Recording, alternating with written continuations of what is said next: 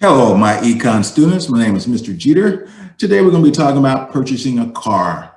Okay, uh, everyone's seen cars before. There's flashy ones, old ones, new ones, a whole bunch of different cars out there.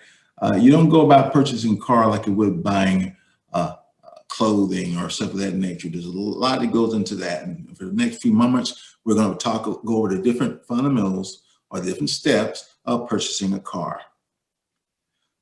Without further ado, let me go ahead and share my screen with you guys and gals. Again, my name is Mr. Jeter. We're going to go into car buying. Here are my learning objectives. Teach or E16, 17, and 18, understand the fundamentals of personal financial management. Learning targets, I will understand the fundamentals of buying a car to include these things here. Explain the car buying process. Discuss the importance of doing your homework prior to purchasing. Explain the process of computing vehicle affordability based on a spending plan. Identify sources for determining a fair price for a new or a used vehicle. Identify the source of help with the car buying process. Describe the 4 common high pressure sales tactics and negotiation methods that dealerships usually employ. Discriminate between a poor and better choices in car financing. Explain the legal rights in the car buying process. Discuss how the car buying process will work for other large purchases, and find the characteristics of an automobile lease. First, maybe you don't want to buy a car. Maybe you want to lease or rent a car. Okay, depending on where you're at. If you're going to be in that place for a short period of time, maybe leasing and rental may be a best option for you. Okay, here's some of the things you want to think about when you think about leasing or rental considerations. Usually you're limited on mileage and relocation. Okay, depending on where you are, they can put a limit on how many miles you're gonna put on that car. If you go beyond those miles, you're gonna pay a penalty for that. You wanna take that into consideration when you're renting or leasing a vehicle. Look at gap or higher insurance costs. Higher insurance costs because that vehicle is not yours. You got to pay a higher cost when you're purchasing that vehicle. We're going to talk about gap insurance a little bit later. Can't customize or own this car because the car generally it's not your car. Okay, so you can't do those add those bells and whistles that you may want to have. That's something to take into consideration. When it comes to renting this vehicle or leasing, you may rent by day, week, month, or specified hours depending on where you're at. In a lot of big cities, you can rent that car by the hour. Okay. Leasing is not recommended if only the leased car and can't regulate its mileage. Here's some information sources you can look at before you make a choice. NADA Guides, Edmunds, carbuyingtips.com, public libraries if you don't have a computer for yourself. Kelley Blue Book, very good for used vehicles. IntelliChoice, Consumer Reports will give you the 911, all you need to know about these different vehicles because they may look good, but if it's a lemon or there's issues, Consumer Reports will generally hash that out for you. So before you make that choice, look at the history of those that car you're planning on buying. And there's different various car buying services. These are different places you can look for information when you do your homework. Speaking of homework, you want to do your homework before you go out and purchase. You don't just go out there green and just end up on a car lot because someone's going to sell you a lemon. Do your homework at home in the comfort of your office or space and write some things down. First, look at your debt to income ratio. Make sure you can afford that car. Okay, we talked about debt to income ratio before. You take all your pluses, you take all your minuses, subtract the minus from the pluses. What you have left is how much you can afford. Okay, your debt to income ratio. Look at that number. Evaluate your spending plan. Can you afford this car as far as monthly payments, stuff of that nature? Research the true market value of your potential car. We're going to be talking about that later. Research trade-in value of your present car. If you plan on trading in a car for this one, research how much that car is really worth. Get a rate quote from your bank. If you have a bank or credit union, Get a quote from them before you go out and look for a vehicle. Get an understanding how much you're able to spend. Get a credit report and a score. Okay, the better the score, the more options you have when you're taking that loan, the lower the interest. And let's say your score is bad or your report is bad. If there's no rush to get this vehicle, take a few months, whatever it takes to bring that score up so you can save money in the long run. Research all your different benefits. If you're in the military, for instance, there are certain benefits to where you're at. Maybe a college student, there's different benefits in each state too, a part of doing your homework. Lastly, look for twins. What are twins? Twins are vehicles that look the same, but because of a name, it may cost a few more thousands of dollars. Okay, here's some examples of twins here. Okay. These are twin vehicles. Here's some cars. Here's some SUVs. Chevrolet Corvette looks like a Cadillac XLR. Chevrolet Tahoe looks like a GMC Yukon, which looks like a Cadillac Escalade, which looks like a Hummer H2. Dodge Avenger looks like a Chrysler Sebring. Dodge Durango looks like a Chrysler Aspen. And the list continues.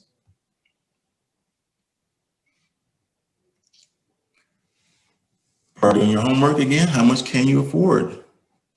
Looking at 25% of your net income should go toward this vehicle. That's 15% for the car payment itself, 10% for associated costs. You got to look at this thing soberly. You don't want to fall in love with a vehicle, pay for it, and realize down the road you got more car than you can afford. Look at your total cost, your down payment, the monthly cost, and the insurance. Selecting that car, you got a flashy car, or you got just a four-door sedan, basic car. I know young people, the younger you are, the more you want that flashy car. But did you know that the flashier the car, the sportier the car, the more the insurance is going to be on that vehicle, as opposed to a more sedate, common-looking four-door sedan? Okay, yes. Look for practicality. Again, look for twins. Look for something that you can afford. Look up here, $6,300 a year, same car, but males pay more than females. Why is that? You may say, well, that's sexual discrimination. Well, insurance companies look at accident data. When they look at that accident data, young males have more accidents than young females. Okay, generally, females will get a lower rate than males. Males will spend more because males, I guess, are more reckless. Okay, that's just the tail of the tape stats. Should I buy a new or a used car? Okay, it's up to you, up to your budget, but here's some things you want to look at. When it comes down to cost, okay, definitely, new car will cost more than the used car for the initial purchase. You may say, well, then I'm definitely going for that used car. Well, take a look at mechanical problems. When it comes to mechanical problems, you're gonna have minimum problem with the new car, and generally you're gonna have a lot of problem with a used car. You're gonna spend a lot of time doing some maintenance, and that may catch up to that price tag. Again, part of doing your homework. Look at depreciation value. It's significant for that new car. You buy that $50,000 car, as soon as you drive off the lot, it depreciates by about $20,000. You'll know when you get into an accident and it's total. You may have full coverage for that vehicle. Now, there's something that insurance companies may not tell you, but they will pay you based on how much that car is worth.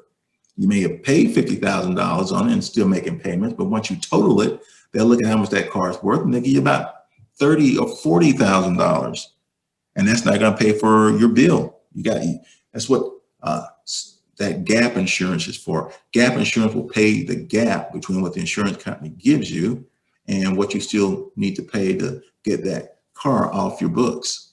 Okay, that's what gap insurance is for. Look at warranties. You'll definitely get warranties for a new car. Unlikely for that used car. Okay, so there's different things you want to look at. Is one better than the other? It depends on where you are in your life, how much money you got, what you're willing to spend, what risk you're willing to deal with. Okay, but that's something to take into consideration. You want to look at consumer protection laws that are in your particular state. Each state is different. Some states will have, if you get a lemon is a car that it was working when you turned it on, you drove it off the lot, you went down the street and it broke down on you. That's called a lemon. Now, what can you do with that? Certain states say you got to take that back within a certain amount of time. If you go beyond that certain amount of time, you cannot take that vehicle back. So you want to look at what those state lemon laws are in your particular state.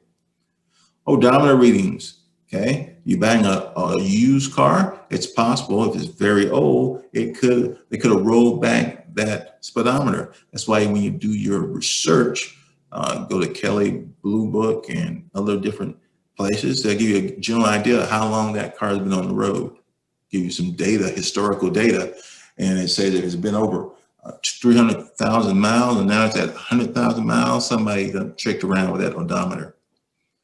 Warranties versus as is. I mean, new cars, you're going to have those warranties.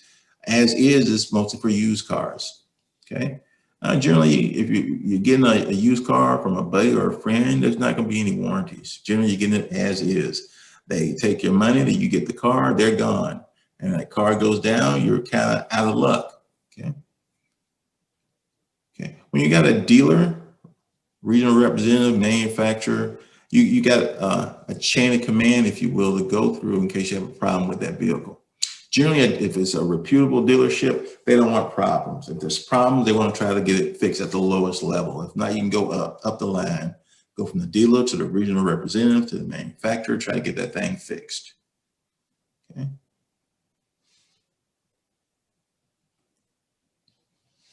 How much should you pay for this car? Now, there's an art to haggling. Generally, the seller's trying to make money and the buyer's trying to save money. So there's a war out there. If you're not ready to go to war with your words and your purse strings, stay home. Because there is some shenanigans that are going to go on. So there's different prices out there. Okay. First, let me bring your attention to 3 different prices. MSRP is the manufacturer suggested retail price tag. That's a price where the seller makes money and the buyer gets that car at an efficient price. I'll say efficient for now. Invoice price is the price that dealership paid for that car. Okay, they pay for that car for a certain amount of money. They're not going to sell it lower than that because they're going to lose money. But if you look at the difference between an invoice and MSRP, you got some wiggle room. Okay. The next number is the true market value for that vehicle. Now, depending on your state, depending on where you are, that vehicle may be worth more in certain states than others. That's why you do your research. And you never want to pay for a car by the MSRP. You want to try to haggle, bring that thing down a little above that invoice price. And then doing your homework and figure out what that price tag is. Insurance costs. We talked about this just a little bit. Generally, males pay more than females. Insurance is a good thing to have. Every state, you got to have a certain amount of insurance to get on the road. Liability insurance is a good thing for if you don't have a lot of money in your pocket. But if you get into an accident, if you don't have enough to cover that accident, you're going to be going to court anyway. So liability is not always a good call. Some people like liability because it's cheaper. If you get into an accident and that accident costs more than that liability is, you still got to pay the piper, and they can take you to court and ruin your day. $1 deductible. Deductibles range from $250 up to thousands of dollars, depending on what your deductible is, what you're willing to risk. Okay, the higher the deductible, the less that monthly payment. But once you get in that accident, you have to pay that deductible. So you want to bear that in mind. Cost should decrease with age depending on your driving record. Yes, as a young person, you're going to be paying through the nose for insurance. You drive well, responsibly, don't get a bunch of tickets. As you get older, 25 or so, those rates should start going down. Here's some stark differences between a male and female driving the same car in different areas. How are we going to pay this car off? Did we save $50,000 to buy this car? Or do we have to borrow the money? If we're borrowing the money, we're going to look at financing. We're going to look at different types of interest, simple interest, add-on interest, and look at usury laws. All right, when it comes to financing, you got to go, you got to borrow that money to buy it. You got to get a lien for a car or a mortgage for a house. Generally, and understand what I just said, generally, credit unions are better than banks.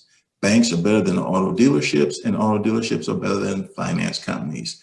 Okay, the hierarchy is here. Credit unions are owned by individual members. They're not out to get every penny like a bank would be. Add-on or simple interest. Okay, add-on interest usually comes in at a lower rate. You're looking at it and say, man, add-on interest is 4.9%, simple interest is 6.5. I'm on 4.9, right? Because it's a lower number, but over time, the 6.5 is better for you. Okay. This person saved about $1,420 by taking that simple interest over the add-on interest. Because over time, you're going to be making payments on this vehicle. And the interest is based on the balance. So you pay it off sooner, you're saving money. As opposed to add-on interest, where the add-on, they figure out how much the interest is going to be on this vehicle, and they just add it on to that contract. So no matter if you pay it off early or not, you're paying all that interest up front. Okay, paying all that interest. So it's just added on to the price tag. Simple interest, as you make payments, they look at what's left, and the interest is based on the balance. Add-on interest, they calculate it ahead of time and just put all the interest into your contract. And so you're paying that amount, no matter whether you pay it early or not. Again, no benefit if it paid off early. Evaluating your dealerships. You're going to Bubba down the road, or you're going to that high-priced Metroplex, whatever. You want to do your research, okay? Before you can go there, look at the Better Business Bureau, get word of mouth. How have these people treated customers in the past? Okay, if they got some shady information out there from the Better Business Bureau, from word of mouth, you might not want to go there to begin with, okay? Understand the tricks of the trade. Bait and switch, good cop, bad cop, low balling, high balling, putting it to ride, padding, okay? Bait and switch, that's when you hear on the TV or hear on the radio, hey, come down here to get this vehicle for this price tag. It's very low, while supplies last, and that's usually what gets you. When you show up at the car dealership, that car is gone. They say, but hey, we got this other car, and just a little bit more expensive. Okay, bait and switch just to get you into the door. There's generally only one of those objects. You get 100 people in there, and the 99 will have to pay for a more expensive type vehicle. Good cop, bad cop. That's when the salesperson acts like they're your best friend, and the dealership manager is the bad cop. The good cop is trying to be your best friend, saying he's trying to work with you. When he goes back there and talk to the dealer, he wants a higher price. The good cop will say, oh yeah, whatever lower price you want, I can work with you, I can work with you. Then he comes back, oh, that manager, man, he's really hard charging. He won't go lower than this or lower than that. Generally, the salesperson and the manager are both in on this thing, and they're trying to make money. So don't get sucked into that good cop, bad cop mentality. Okay, low balling and high balling, that's when they're throwing out those price tags saying something's very low or very high. Again, don't fall for that. Let's look at padding. Padding is when you came up with a number for your vehicle. You made an idea that, hey, I'm going to buy this car for such and such a price. They said, great. And as you're doing the contract, they're adding on the padding, those added things, the electric seats or whatever, the covering, this, that, and the other, the bells and whistles. They're going to cost you just a little bit more. You want a tinted glass, just a little bit more. Okay. After you've decided on a price tag, the padding is what brings it up even higher. Be wary of that. All right. When you're thinking about the purchase negotiations, looking at price, financing, and trade-in allowance, if you have a trade-in, each one of these events is separate in itself. Okay, don't try to Google them all up in one. You're going to lose money. Okay, fight a good fight of the purse strings for the price of the car first. Haggle it down to whatever you want it to be. Once it's there, then let's look at the financing. Again, where are you going to get the best financing? Generally, those car dealerships want you to buy at their dealership. That's when you come back with them and say, well, my credit union will give me this rate. Can you beat it? And they're going to try to beat it. That's why you do your homework first. You've already been to the credit union. You've already been to the bank. You got the lowest interest rate you can possibly get. They're trying to get your business, so they're going to try to beat that. So that's why you're prepared ahead of time. This is what my bank will do for me. I'm willing to work with you if you can beat it. You with me? Then there's that trade-in allowance. You know you're going to turn this vehicle in. You've done your homework. You've been to Kelley Blue Book. You know how much your vehicle costs. And you know how much your vehicle costs in that certain area that you're in. So you're going to go with the highest price possible. And understand, they're trying to sell this car. So you want to go on the high-end expectation of this trade-in for this car. Okay. Again, the price and financing and the trade-in, separate events. Wear your best poker face when you're going in to purchase this vehicle. Don't like the car or leave a deposit. You might not get the deposit back. When you go into a dealership and you just fall Google eyes for a particular car, that salesperson says, I got this person. I'm not going to bring this car down to a really low level because I know they like the car. So go there with a negative attitude. I don't really think I want a car, but I don't even like this car. I don't like the wheels. I don't like this. I don't like that. Now they're going to try to lower the price tag to get you to buy it. It's all mentality. It's a poker game. Be prepared to fight that battle. Decline extended warranties. By the time that original warranty is out, you're probably going to get rid of this car anyway. Okay. Definitely take it on a road test.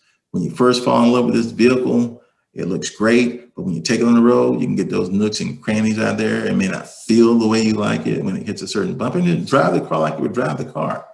Okay, speed up, take it out to the back somewhere. If it's a truck, take it out into the hill somewhere. I mean, don't break up the car because you just bought a car, right? But drive the car the way you would want to drive that car. And then if you don't like it, look for something else. Now, dealerships will tell you the best time to buy this car is now. Well, best time to buy a car is when you're ready. Beginning of the year, end of the year, it doesn't matter as long as you're ready. When you made your decision, you looked at your bank account, what you can afford. When you're ready to buy the car, that's the best time to buy the car. You can always get a good deal. Part of that purchasing process is tax, title, license, registration fees. Understand that before you go into the fight. Understand how much it costs to register that vehicle. The most expensive the vehicle, the more you're going to be paying those different taxes and stuff of that nature. If you're military oriented, there may be some benefits out there for you. Okay, look at those benefits. Check truth and lending disclosures. Use the power of the pen for those add-ons. Say, I don't want this, I don't want that. Take that off, and you be in charge of this negotiation, not the salesperson. Don't leave anything blank, because once you sign something and walk away, they can always add something to it. Take it to a legal person. Take it to a friend. Generally, if you're in love with something, sometimes you may not see exactly this contract the way you should. So spend some time to look it over. They're trying to rush you. Maybe you don't need to buy this car this time. Auto repair, a lot of rip-offs out there.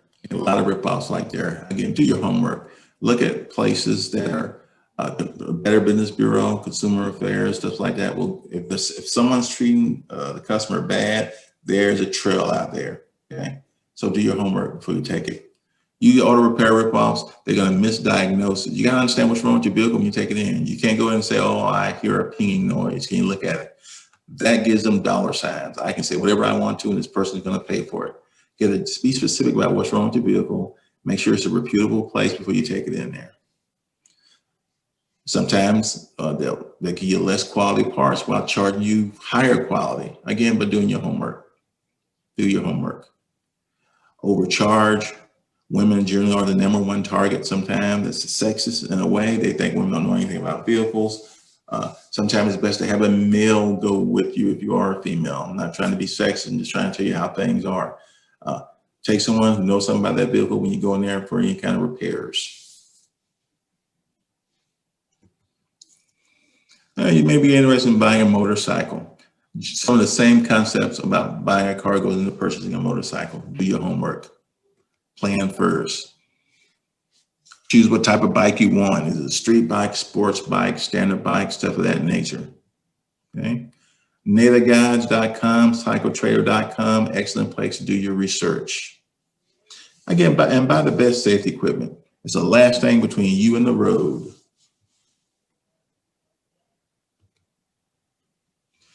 If you've never rode a motorcycle, don't get the most expensive bike out there because you will drop that bike a couple times as you get used to riding a motorcycle. Okay? Here's some good type of bikes, good starting bikes to look at. Don't get more bike than you can handle when you first start out. You don't want a whole bunch of powerful engine underneath you when you're just learning it out. So start off small, and as you mature in riding that motorcycle, that's when you want to get a higher class of bike. And remember, it will be dropped if this is your first time riding a motorcycle. Make a wise decision on what bike you need. Here's some sources of assistance: Better Business Bureau, City and State Office of Consumer Affairs, Legal Services, carbuyingtips.com for doing your homework, public libraries in case you don't have a computer, Consumer Reports, and Car Cost Guides. And again, highly important that you do your homework before you go out there. Let's go over some questions, see if we're paying attention. Okay, first question. What should you consider when evaluating a car dealer? A, types of cars on the lot. B, the number of salespersons. C, years in the business. Or D, location of the dealership. What do you think? Years in the business. Bottom line up front, if you do your research, they're a reputable business. They got some word of mouth out on the street. Consumer Report got a good word on them, but it's all based on history. Years in the business is very vitally important. The manufacturer's suggested retail price can be found in what publication? Hot Rod, Kelley Blue Book, Car and Driver, Shade Tree Mechanic. What do you think? Kelley Blue Book, that's correct. Okay, you're getting that used car. Kelley Blue Book got a lot of information on those vehicles.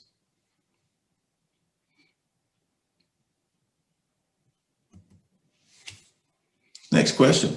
When should you walk away from a car deal?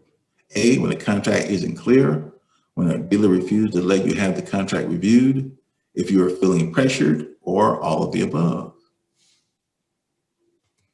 Definitely all of the above. You figured that one out. Question, you should always finance your car through the auto dealership, true or false? Definitely false. That's the last place you want to go to. But because you did your homework, when it comes down to financing, you can tell them, hey, my credit union will give me this interest rate. If they want your business, now they have to beat that.